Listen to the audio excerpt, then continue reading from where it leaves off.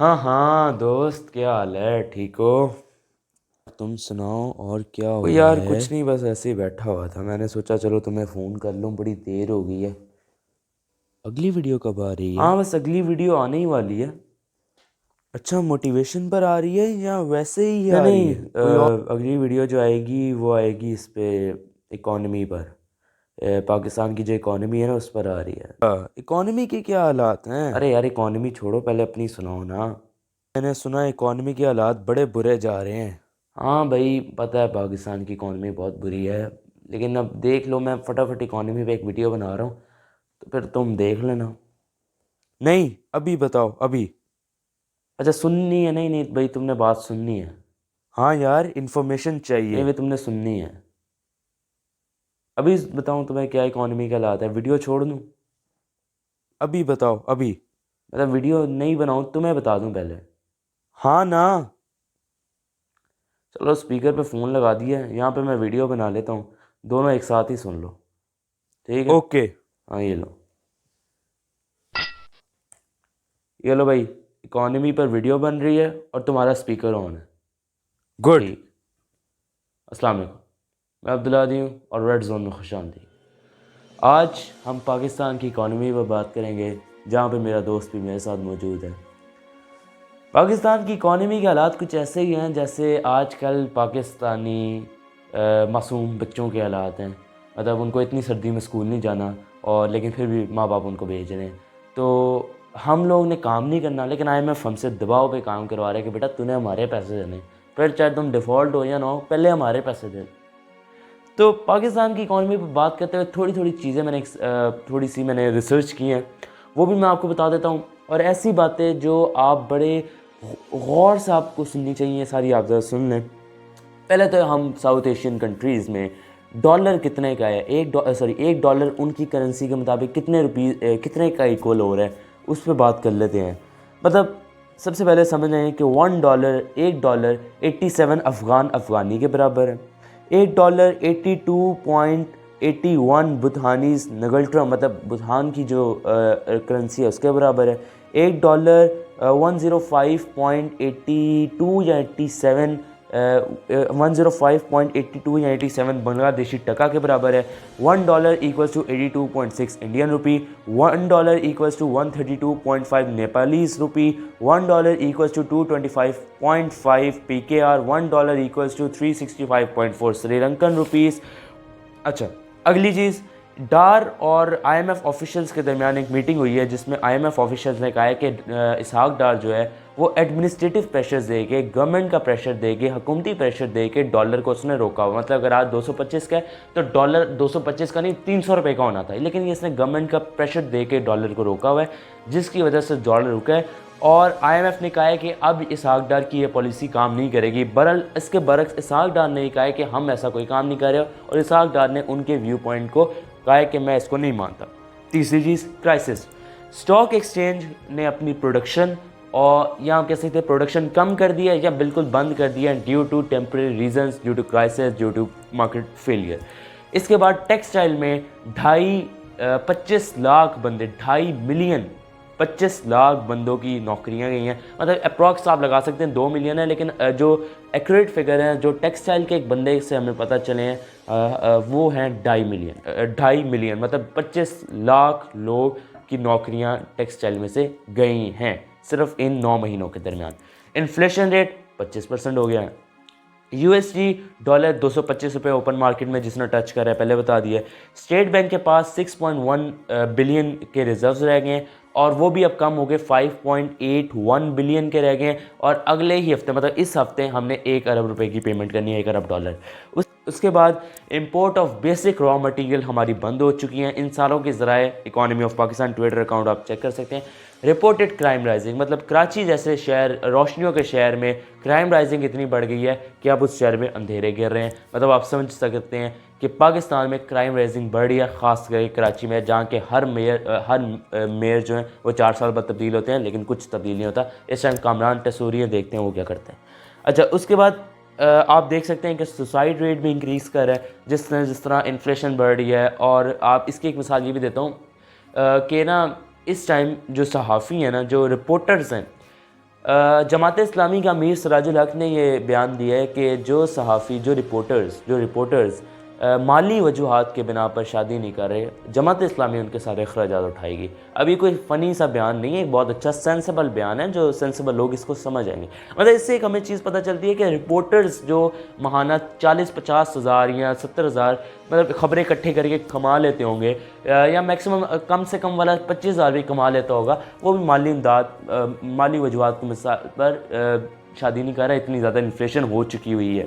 Foreign corporate sector ने 110.99 million dollars 110.99 million dollars के worth के स्टॉक पाकिस्तान से बेच दिए हैं टिल टुडे। मतलब आप समझें कि फॉरेन एक्सचेंज जो हमारी फॉरेन एक्सचेंज कंपनीज़ हैं, उन्होंने 110.99 मिलियन डॉलर्स वर्थ के जो स्टॉक उनके पास पड़े हुए थे, स्टॉक एक्सचेंज स्टॉक्स जो उनके पास पड़े हुए थे, उन्होंने पाकिस्तान में से बेच दिए। मतलब पाकिस्तान में अब नहीं है, वो बाहर चले गए। अब आप समझें, इस तरह इससे पता चलता है कि फॉरेन कंपनीज पाकिस्तान पे अब ट्रस्ट नहीं कर रही। अच्छा, इसके बाद आगे चलें।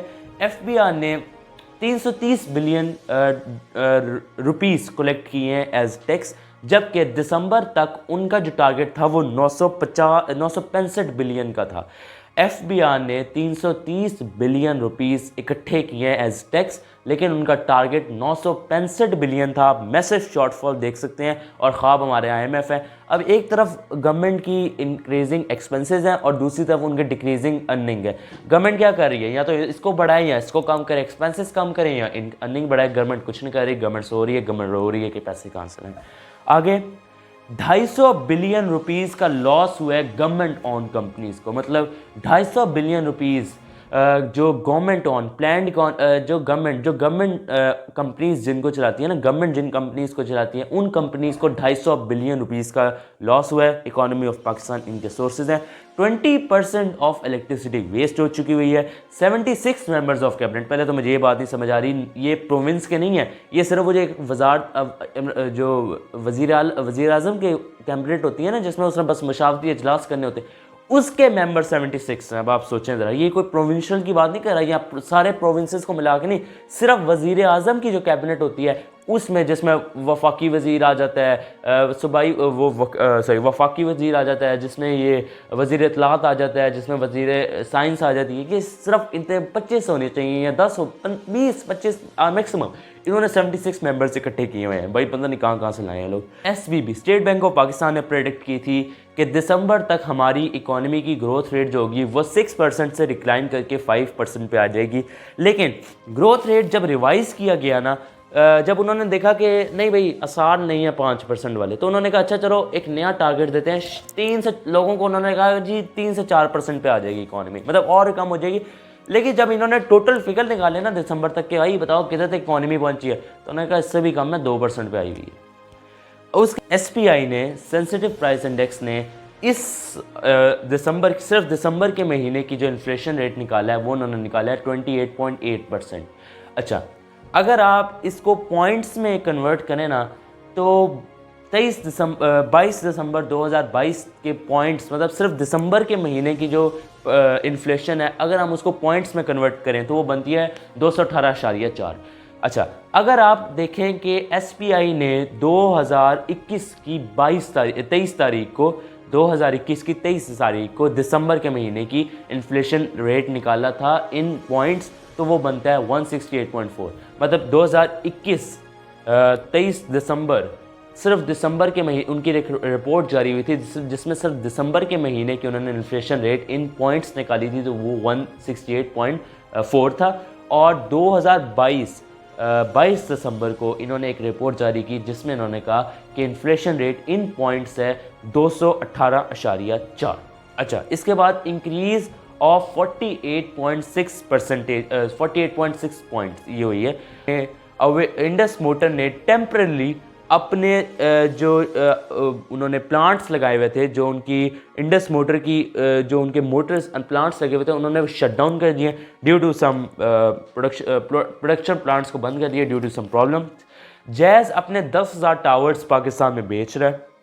Pakistan second highest expensive country in South Asia करार पा गया है।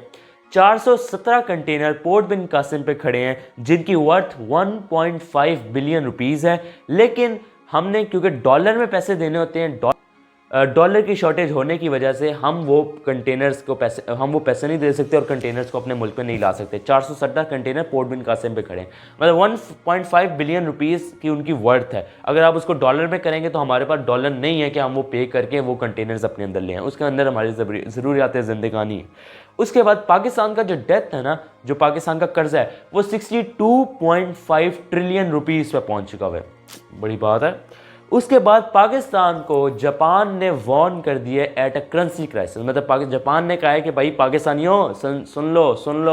शहबाज शरीफ जो इतना कहता था ना हम बदल लेंगे, वो मिफ्ता इस्माइल उसके शो में बैठ के कहता था शाहजेब खानज़ादा के कि मेरे भाई हम तो आते ही बिजली सस्ती कर देंगे, हमें मिफ्ता इस्माइल ने पागल बना दिया। लेकिन जापान कह रहा है कि सर आपकी करेंसी क्राइसिस में आपको हम वार्न कर रहे हैं कि आपकी करेंसी आपको डूब ना ले जाए।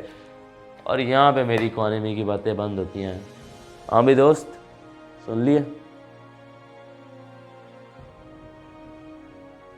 ओके, ये फ़ोन बंद कर गया। चलो मैं ये तो फ़ोन बंद कर गया, लेकिन आप मोबाइल ना शट डाउन करेंगे किसी को, मतलब अब हम कहते हैं कि बड़ी अच्छी गवर्नमेंट है, ठीक है भाई, ये मैंने आपके सामने रख दिया है कि किस तरह की गवर्नमेंट है। अब आपने फैसला करना है कि कौन ज़्यादा अच्छा है कौन नहीं अच्छा, आपकी मर्ज़ी। अगली वीडियो के लिए अल्लाह हाफ़िज़।